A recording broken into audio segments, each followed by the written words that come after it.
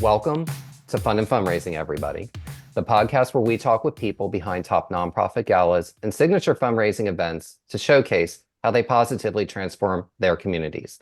I'm your host, Rob Giardinelli, and today I'm really excited to have two special guests on to talk about a big fundraising gala that's coming up here in Austin. And that is, we have Kedrick Jeffries, who is the CEO, and Brenda Lindfors, who's the CMO of Big Brothers Big Sisters Central Texas. And the Ice Ball, which is an event that's really kicked off not the social season, not just in Austin, but really across Texas. It's one of the very few that is, done before Labor Day, and it's been highly successful for a really long period of time. So we're going to talk about that, the last 20 years of the Ice Ball, and some other great things with Kedrick and Brenda on this segment. So with that, Kedrick, Brenda, welcome, and we're so excited to have you both on as guests today. Oh, thank you for having us.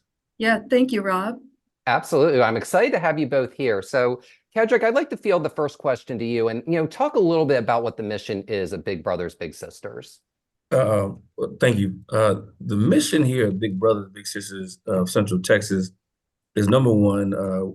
We meet a kid that is 6 and up and provide them with a strong and nurturing mentor, a one-to-one relationship of all kids of Central Texas to make an impact in their lives, to have a caring adult. And now what I'm telling people now, we're defending potential.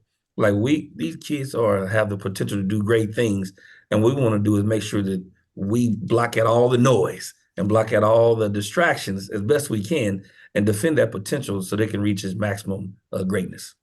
I'm glad that you brought that up. The one thing I've always found so rewarding about Big Brothers Big Sisters is these mentors stay in their kids' lives for a really long time. And with social media now, it's interesting to actually see how you watch a friend mentor somebody, and you literally watch this child grow up with them as a mentorship, and the relationships continue into adulthood. So they really are these, they are these lifelong things. So can you elaborate a little bit more on that and just why that's so important and just the overall health of not just children, but for adults too? Yeah. So from what I'm learning every day is that these two individuals come together at whatever stage they meet, be it younger adolescents or even in high school, and they begin to share and walk through life together, and sharing life experiences and life differences, culturally, emotionally, even geographic differences.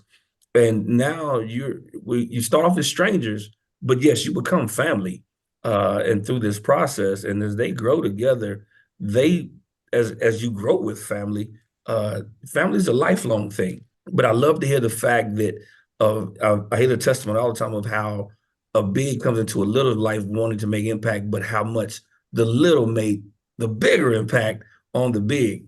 And there's that give and take of it all that I think embodies the mission in itself and just carries on, because now you're going from maybe the counselor as they mature, then you become more an advisor, and so forth. And then as they grow older, you become friend, and all of that time. So those phases of that growth and matriculation in that relationship just takes on so many different facets through life. Absolutely. And that's what's so amazing about this organization. And, I always like to ask guests how each of you all get involved with an organization. So Brenda, I want to start with you and, how you initially got involved with the organization, because I know you've been here a while, you've been at the organization a while, and Kedrick, you're newer. So it'll be really interesting, I think, today to hear each of your paths there. So Brenda, I'd love for you to go first.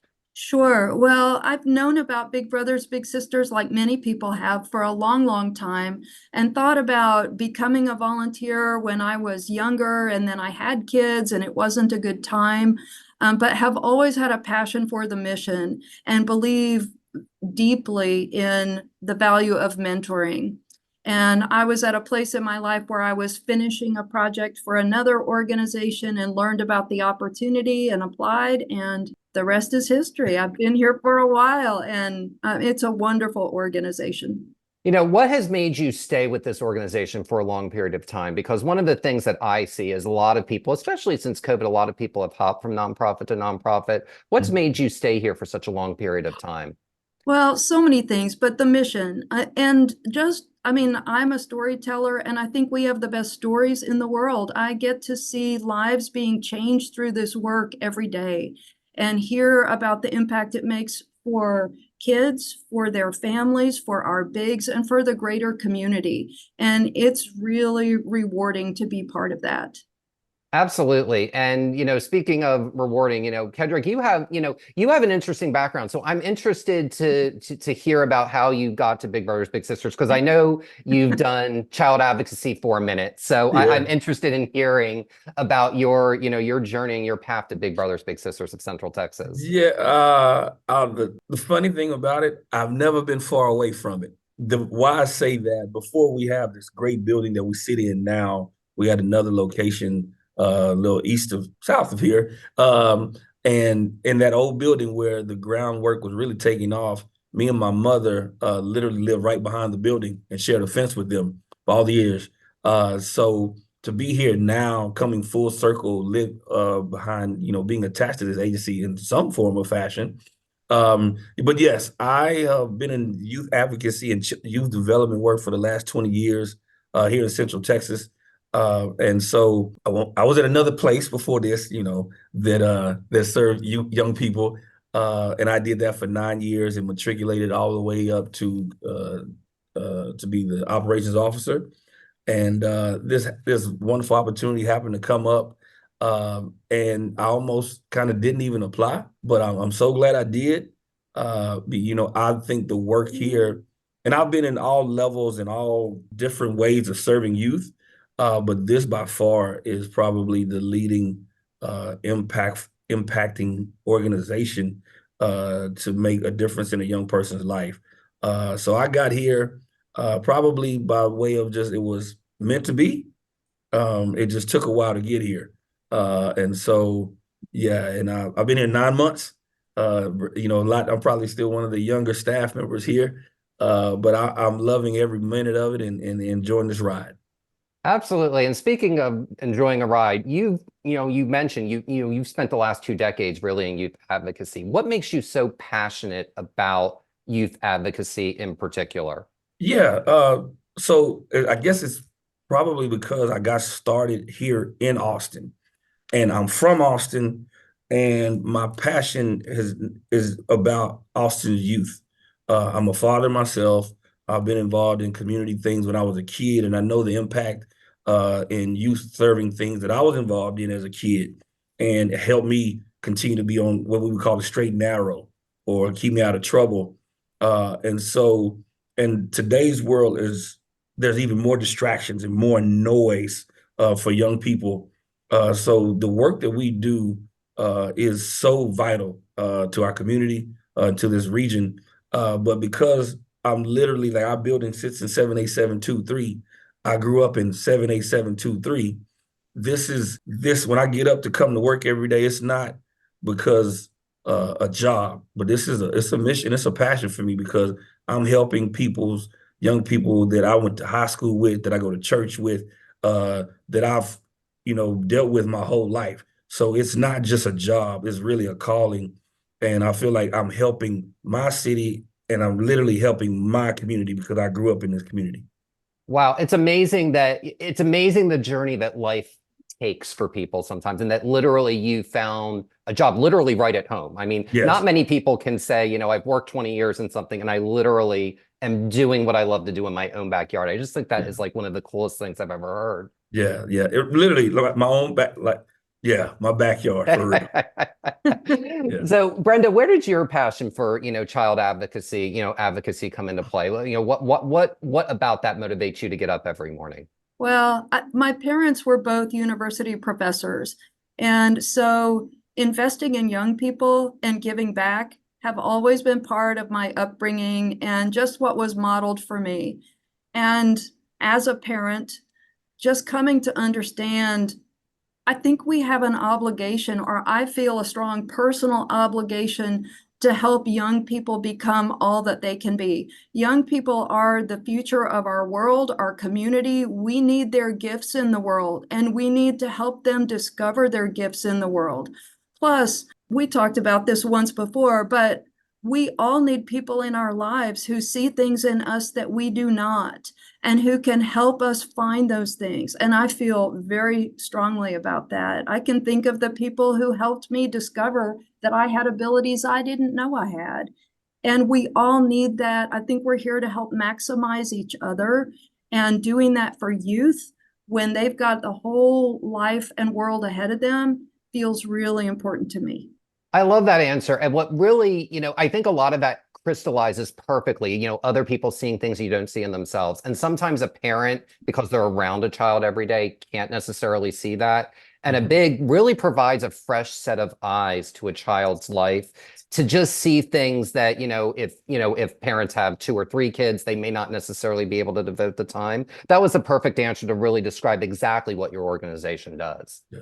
Well, to put it a little bit differently, so when I was trying to figure out what kind of career I should have, both of my parents were professors, and that was the only career they knew how to tell me about. And what I knew was I didn't want to be a college professor, but I didn't know what else to be, and they didn't know because they didn't have that other experience. So whenever you encounter people who have experience that's different than what you grew up in, your world and your view are expanded.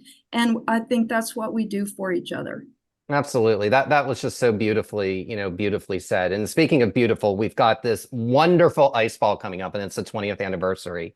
And, Kedrick, you had mentioned a little bit earlier, you've been with the organization 9 months, so this is going to be, pretty much your first ice ball. So talk about how you as a CEO are using the ice ball as a part of your overall strategy to lead this organization and lead the next 20 years of the event. Yeah. Thank you. So this will be my first ice ball in this role.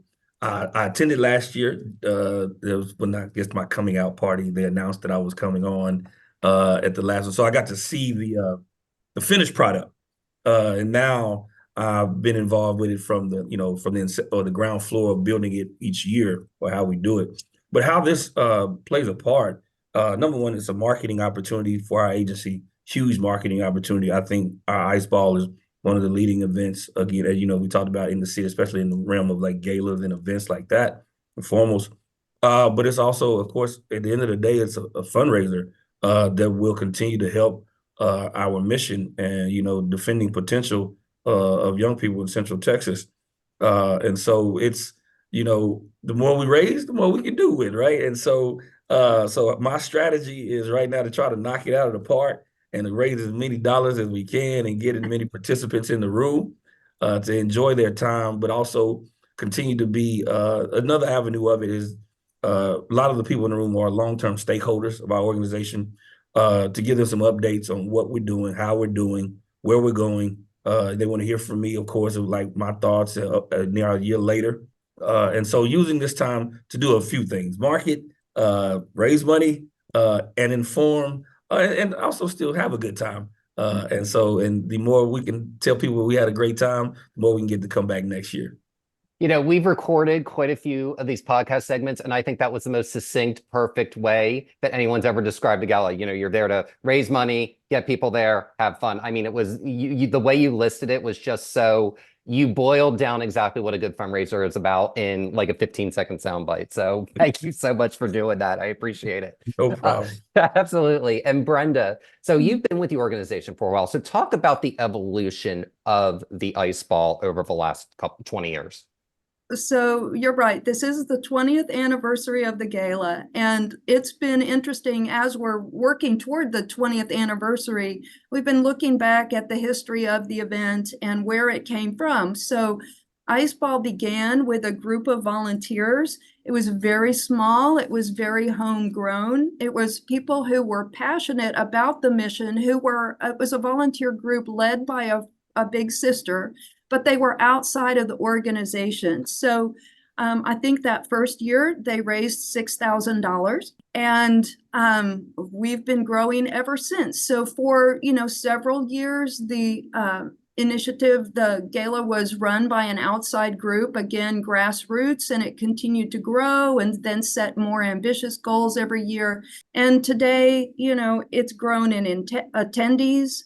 It's grown in impact, it's grown in influence, it's grown in revenue, it's grown in reputation. So as Kedrick mentioned, we have a lot of people who come to this event every year, like a homecoming, like a reunion. We've got a loyal, devoted following who love this event, who are passionate about our mission.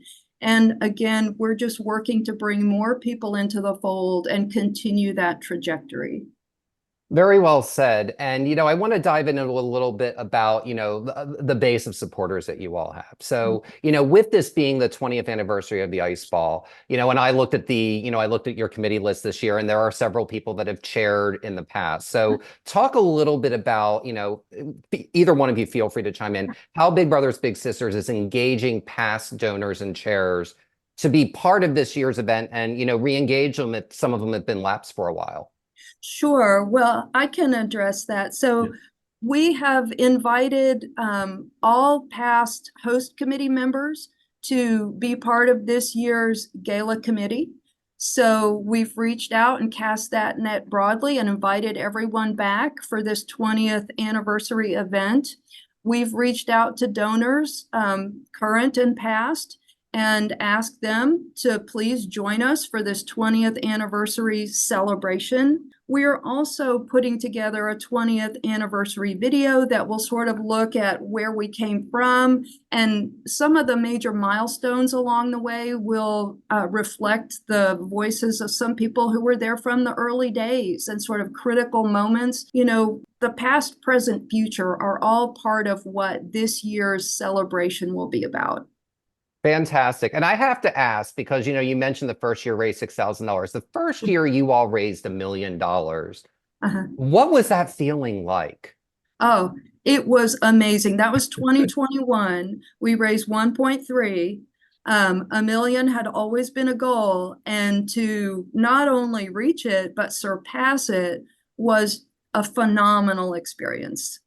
Absolutely. And it just goes to show that, I love the story of you started basically as a seed, and it's now this big, we're in Central Texas, so it's this big, beautiful giant oak tree now. It's true. And it started as a nice little seed, and it's just been wonderful to see this, and I've been doing this 15 years, so I've watched the trajectory of this organization grow as well. And it's been really wonderful, to see that. And, you were talking a little bit about bringing people back, but you were also talking about that you've really got a good core of supporters. So, and either one of you feel free to chime in here, but what is one thing that a person or an organization can do to create a really devoted following for their annual gala? I'll give you my piece. Brenda probably going to elaborate a little bit more. Since I've gotten here, I've just tried to connect with our stakeholders, let them know where our mission is and where we are in the process of, because true enough, people are giving, I understand, from their heart, and believing in the passion, and the cause, but they also need to have understanding of where the leader is taking that cause and that mission. So just connecting with them to say, hey, here I am, this is what I do, and this is where I want to go. Please continue to support it. That's kind of where I'm at right now. And then Brenda's going to give you the other half of it. I can't wait to hear the other half of it. Go for it, Brenda. Well, so for me, the thing that has built a devoted following is just passion for the mission. It's what at the core this event is about, which is helping kids succeed in life. And the people who rally around this event care deeply about that. And we are very intentional about making sure, and we've been told this many times, no one leaves Ice Ball without knowing what we do, why it matters, and who it affects, and that they are part of it. It's a movement, and we've got people who care deeply about it, but it's really the mission that builds that passionate following. Absolutely. And, you had mentioned, being involved in it. And what I've always admired about Big Brothers Big Sisters is that every chair that you all ever select is almost always they're either bigs or themselves, and maybe one or two over the years have maybe been like a board member forever that have been there. But talk a little bit about, and either of you feel free to chime in here, but talk about how you all select a chair for the Ice Ball and how their intimate knowledge of the organization really helps make the Ice Ball an event that became $1 million event over the years. Well, it all goes back to that sense of mission. You know, the people who are our chairs, the more they understand and have experienced the impact our work has on young people, the more they can speak passionately and recruit others to the work. So, you know, having people, passion speaks volumes, more, it speaks louder than anything else. So, bringing people into the work to help put the gala on or to attend it, the more people are exposed to the mission and have seen it, walked it, lived it, the more prepared they are to advocate for it.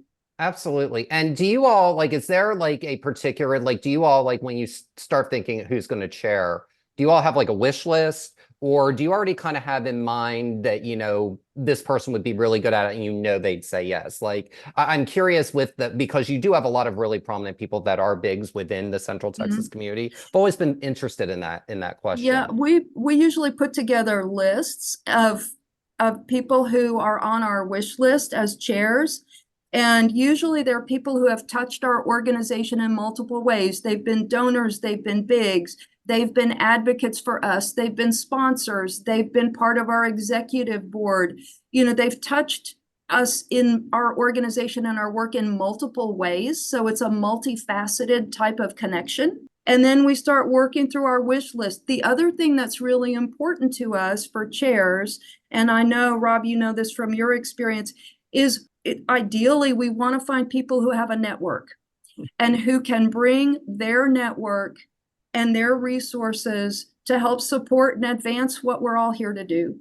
Absolutely. And that's so important because, you know, the one thing that keeps events that are really popular for years and years on end is having new energy every year. It cannot ever be the same people. It doesn't mean you don't have your core, but there have to be other elements brought in so that each event feels different and it doesn't feel like you're walking into this perpetual Groundhog Day. So that's a really important thing. Kedrick, did you have anything you wanted to add to that? No, I was like, yeah, you're right. Nobody wants to just continue the same old, right? You know, you want to see, you know, freshness and some thought and innovation in all of this at the same time.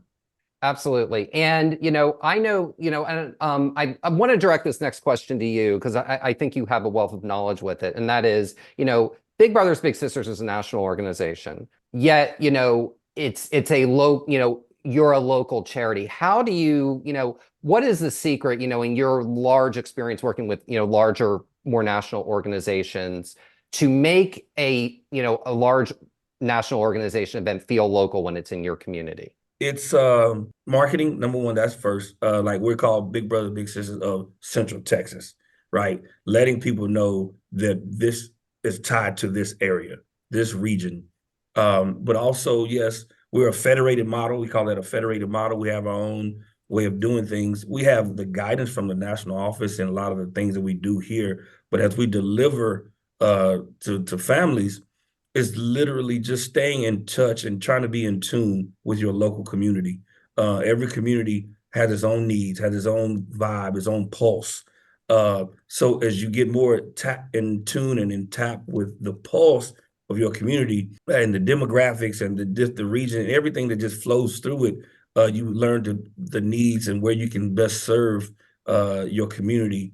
It's still in line and in step with the global agency, but making sure that you're being specific to the region that you are charged with serving.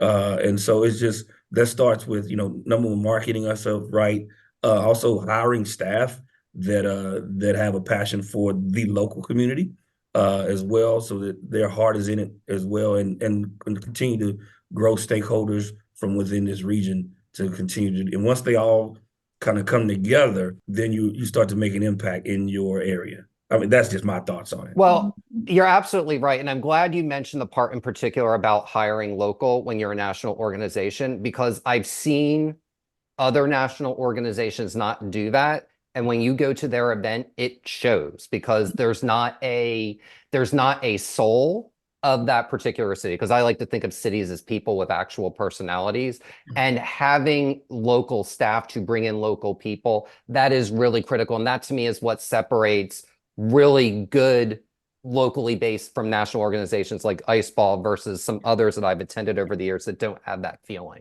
Right. Yeah. Yeah. Absolutely. We want ice ball to feel truly authentic. And when you just carry something that feels like it's a national thing, then it can feel like it's not specific, it's not homegrown, it's not for you. And none of us want the standard rote experience. We want something custom that's made for us. So that's important. Yeah. Well, absolutely. And speaking of made for you, so each year you all honor a local leader with an annual award. So I'd love to hear about the selection process, because you all have so many really, you can nominate and have 10 honorees every year with the number of really high profile people in this community that, that support Big Brothers Big Sisters. But, tell us a little bit about the award and the process that you all go through to pick a particular nominee each year. Sure. So the award you're talking about is called the ICE 7 Award. We started it a few years ago, so built on our ICE theme. And the award really goes to an individual or couple who have had the greatest impact on Big Brothers Big Sisters and on the gala. And usually the people that we look for are, again, like we were talking about earlier, they're people who have connected with our organization in multiple ways. So this year, we're excited to recognize Christine and Blake Absher. Blake is a former Big Brother. Christine and Blake have been part of the Ice Ball host committee for many years. They've chaired the gala. Blake has been an executive board member for us. They have been donors. But in addition to all of that personal involvement, they have also brought other people to the organization. So they have rallied their own businesses to become sponsors. They have brought people to Ice Ball as guests. So again, it's that multifaceted, many ways that they've created impact. And so that's what we're recognizing. That's fantastic, and the two of them are so great. So They are. they're the perfect people to honor for for the 20th anniversary. And speaking of the 20th anniversary, I want to hear a little bit about, and I know you can't give everything away, but what are some things that you can tease about what guests can walk in and experience at this 20th anniversary celebration of the Ice Ball? It's gonna be a very vague tease, like a good time. Most of the responses from our nonprofit guests are, Kedrick, so you're in good company. Okay, all right. We're finalizing some things too. Don't get me wrong. Like there's some standard things, but we're trying to be innovative and creative. To that people do walk out of there saying, "Oh, I had a good time. I've never experienced that before," and they telling somebody else so that next year, they want to come experience that. That's the best I can tell you right now. I hear you. That's a good, vague answer and really good at teasing out some stuff. Now, Brenda, is there anything that you'd like to tease about what's going to be happening at the Ice Ball this year? Sure. Well, what I would say is that in addition, we'll have the standard things, the live auction, silent auction, mission moment. We will have a special mission moment this year. Music, dancing, dinner, all of those things people have come to know and love about the gala. But I think this year, some of the things that will be special and unique to the gala are just our reflection on the past, the present, and the future. So we'll be talking about where this event came from. We'll be celebrating that. We'll be talking about the impact that this gala has had over 20 years, the number of people and kids whose lives have been impacted by this event. We'll be celebrating that. And then we'll be asking people to help step with us into the future, that the magic we create that night is going to propel the organization and our kids' lives forward. So that past, present, future is part of what will be special, and we'll be reflecting that in multiple ways. That's really exciting. I'm really looking forward to seeing how that all unfolds this year. And I know we're coming up on time here, but I want to end with one question. Brenda, you can go first, and then Kedrick, I'd like your answer afterward. And that is what, and I can't think of an organization better from going from $6,000 to $1 million plus. So what's a piece of advice you would give to someone looking to plan their first gala or chair their first gala? A couple of things. One is be very clear what the mission is and what the gala is designed to help accomplish and do. If you're doing it for an organization, understand the why. Secondly, I would say build a network of people with diverse talents and skills to bring. I think that's important. But again, I just think the passion and the focus on purpose are critical. Absolutely. And Kedrick, I love your thoughts on that. I would say creating that buy-in, that people really are, and what your organization is, where is it filling the void in the community, and how is it helping, and creating the buy-in and showing impact and its worth, and let the work speak for itself. Absolutely. And that's the perfect thing to end on, because the one thing I've noticed post-COVID in particular, and that's a great answer, Kedrick, is people are much more deliberate, intentional about where they're giving now than they were 5 years ago. And Yes. that's a really, really important thing for people to understand the why and and how you're impacting the community. And, first of all, congratulations on 20 years. I know the next 20 will be even better than the first 20, if that's possible, but I know that you all will pull that off. So congratulations. And I can't thank you both enough for taking the time today. Oh, Thank you, Rob. Absolutely. And the 20th annual Ice Ball, benefiting Big Brothers Big Sisters of Central Texas, will be on August 24th, 2024 at the JW Marriott in Austin, Texas. For more information, please visit bigmentoring.org. And that will do it for this episode of Fun and Fundraising. I'm your host, Rob Giardinelli, reminding you to keep it fun, keep it interesting, and your guests will have a great time. Have a great day, everyone, and take care.